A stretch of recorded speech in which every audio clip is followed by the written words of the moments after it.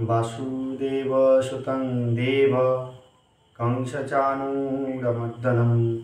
देवकी परमानन्दं कृष्णं वन्दे जगद्गुरुम्। एकादशं नमो देव्यै महादेव्यै नमो नमः। पराविद्या देहि मे नित्यं सर्वविद्या नमोऽस्तुते। मूकं करोति वाचालं पुंगुं लङ्घयते गिरिं यत्कृपातमहं वन्दे परमानन्दमाधवम्। तो आज আমরা যে চৈত্র মাসের শুক্লপক্ষের একাদশীর সম্বন্ধে জানতে চলেছি সেই বিষয়ে আজকের আমাদের বিশেষ এই প্রতিবেদন। চলুন আমরা এই যে চৈত্র মাসের শুক্লপক্ষের একাদশী তার নাম এবং মহিমা সম্বন্ধে এবং কিভাবে এই ব্রত পালন করব সেই সম্বন্ধে আমরা একটু জেনে নিই। ভগবান গোবিন্দের কাছে ধর্মরাজ যুধিষ্ঠির এই চৈত্র মাসের শুক্লপক্ষের একাদশী তিথির নাম এবং মহিমার সম্বন্ধে অবগত হওয়ার জন্য প্রশ্ন করলেন।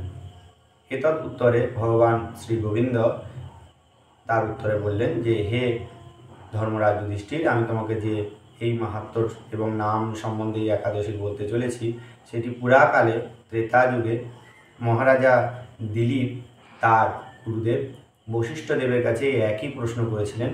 তার উত্তরে যা তিনি বলেছিলেন সেটা আজ তোমাকে আমি শ্রবণ করাচ্ছি। প্রাচীনকালে নাগলোকের রাজা ছিলেন পুণ্ডরীক। তিনি বহু গন্ধর্ব অপ্সরা দ্বারা সেবিত হতেন। তার মধ্যে একজন গন্ধর্ব যুত ছিলেন ললিত এবং ললিতা। তো সেই ললিত একদিন রাজসভায় একাকী গান করছিলেন। তো সেই গান করতে করতে হঠাৎ তার প্রেয়সী ললিতার সম্বন্ধে তার কথা স্মরণে আসে এবং তার যে সুর সেই সুরচ্যুত হয়।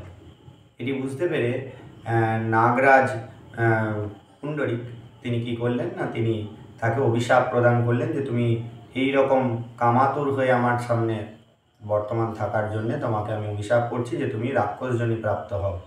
তো বলার সঙ্গে সঙ্গে তিনি রাক্ষসজনী প্রাপ্ত হলেন এবং বহু কষ্টে তার জীবন ধারণ হতে লাগলো। অর্থাৎ তিনি বন এবং বনান্তরে গমন করলেন এবং বহু কষ্টে তার জীবন ধারণ হতে লাগলো। এই মতন অবস্থায় তার যে স্ত্রী অর্থাৎ ললিতা তিনি কিন্তু তাকে কখনোই পরিত্যাগ করেননি। ঘুরতে ঘুরতে একদিন তারা যখন বিন্ধ্য পর্বতে এসে উপস্থিত হলো, সেই বিন্ধ্য পর্বতে ঋষি ছিলেন শৃঙ্গ ঋষি। সেই শৃঙ্গ ঋষি একদিন ললিতার মুখামুখি হওয়ায় ললিতা তাকে যথোপযুক্ত প্রণাম আদি দ্বারা সন্তুষ্ট করে তার কাছে সমস্ত কিছু নিজের দুঃখের কথা নিবেদন করলেন। তো ললিতার এই কথা শুনে স্বভাবকমল ঋষিবর তাকে চৈত্র মাসের শুক্লপক্ষের সর্বপাপ বিনাশিনী এই একাদশীর কথা উপদেশ করলেন। অর্থাৎ একাদশীর যথাবিধি দশমী একাদশী এবং দ্বাদশী যুক্ত এই একাদশী ব্রত করার বিশেষ উপদেশ করলেন। তো এই উপদেশ করা মাত্র ললিতা অত্যন্ত আনন্দিত হয়ে সেই ঋষিবরকে প্রণাম আদির দ্বারা সন্তুষ্ট করলেন এবং এই একাদশী ব্রত যথাসময় এবং যথাবিধি পালন করলেন। তো ললিতার একাদশী ব্রত পূর্ণ হয়ে দ্বাদশীর দিন যখন উপস্থিত হলো, ললিতা যথাসময়ে একাদশী ব্রতের পালন করত। তার যে ব্রতের পুণ্যফল সেটি তার স্বামীর রাক্ষসত্ব দূর করার জন্যে ভগবানের উদ্দেশ্যে নিবেদন করলেন। এই ব্রত তার নিবেদন করার সঙ্গে সঙ্গে ব্রত উৎসর্গ করার সঙ্গে সঙ্গে কী হলো না, ললিত যিনি নাগরাজ পুণ্ডরীকের অভিশাপে এতদিন পর্যন্ত রাক্ষসজনী প্রাপ্ত হয়েছিলেন এবং বহু কষ্ট ভোগ করছিলেন, তার থেকে তিনি মুক্ত পেলেন এবং করার সঙ্গে সঙ্গে দিব্য গন্ধর্ব যে দেহ সেই দিব্য গন্ধর্ব দেহ প্রাপ্ত হয়ে স্বর্গে গমন করলেন।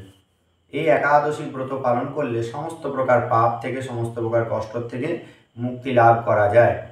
মহারাজা দিলীপকে বশিষ্ঠ মুনি বললেন যে এই একাদশী ব্রত পালন করা সকলেই একান্তভাবে প্রয়োজনীয় এবং সকল প্রযত্নের সহকারে এই একাদশী ব্রত পালন করা উচিত। মনুষ্যগণের হিত কামনায় এই ব্রত তোমার নিকট বর্ণনা করলাম।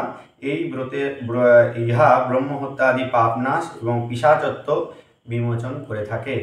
এই ব্রতর ন্যায় শ্রেষ্ঠ ব্রত আর ত্রিজগতে নেই। এই ব্রত যদি আমরা উত্তমভাবে শ্রদ্ধা সহকারে পাঠ বা শ্রবণ মাত্র করি, তাহলেই কিন্তু আমরা বাজপেয় যজ্ঞের ফলপ্রাপ্তি করতে পারব। এই একাদশী ব্রতের নাম আমরা কামদা বলে জানব। বলো বলো, কামদা একাদশী কি জয়। এই কামদা একাদশী ব্রত আগামী 25শে চৈত্র 8ই এপ্রিল মঙ্গলবার অনুষ্ঠিত হবে এবং যার পারণ হবে পরবর্তী দিন অর্থাৎ বুধবার 5টা 27 থেকে শুরু করে 9টা 35-এর মধ্যে। এই কামদা একাদশী ব্রত আমাদের 18টি পুরাণের মধ্যে অন্যতম পুরাণ, যা মহাত্মা ব্যাসদেব দ্বারা প্রণীত বরাহ পুরাণ থেকে আমরা এই বিশেষ লীলা কথাটি আমরা শ্রবণ করতে পারি। এই চৈত্র মাসের শুক্লপক্ষের একাদশীর পূজিত দেবতা হচ্ছেন ভগবান বাসুদেব। এই দিন আমরা ভগবান বাসুদেব মূর্তিতে পূজা করব এবং যথাশক্তি এই একাদশী ব্রত পালন করব। এই একাদশী ব্রতের যথাবিধি পালন করাটা অত্যন্ত গুরুত্বপূর্ণ। একাদশী, দশমী এবং দ্বাদশী এই 3 দিনের কি করণীয় কি অকরণীয় সেগুলো আগেই আমাদের ভিডিও করা আছে। আপনাদের যদি প্রয়োজন হয় আপনারা ডেসক্রিপশন বক্স থেকে এই লিঙ্কটি পেয়ে যাবেন। এই একাদশী ব্রতের সম্বন্ধে, এই কামদা একাদশী ব্রতের সম্বন্ধে আমাদের উক্ত যে ভিডিওটি সেটি যদি আপনাদের ভালো লেগে থাকে তাহলে অবশ্যই আপনারা লাইক, শেয়ার, কমেন্ট অ্যান্ড সাবস্ক্রাইবের মাধ্যমে আমাদের পাশে থাকবেন। নিতাই গৌর প্রেমানন্দে হরি হরি বল।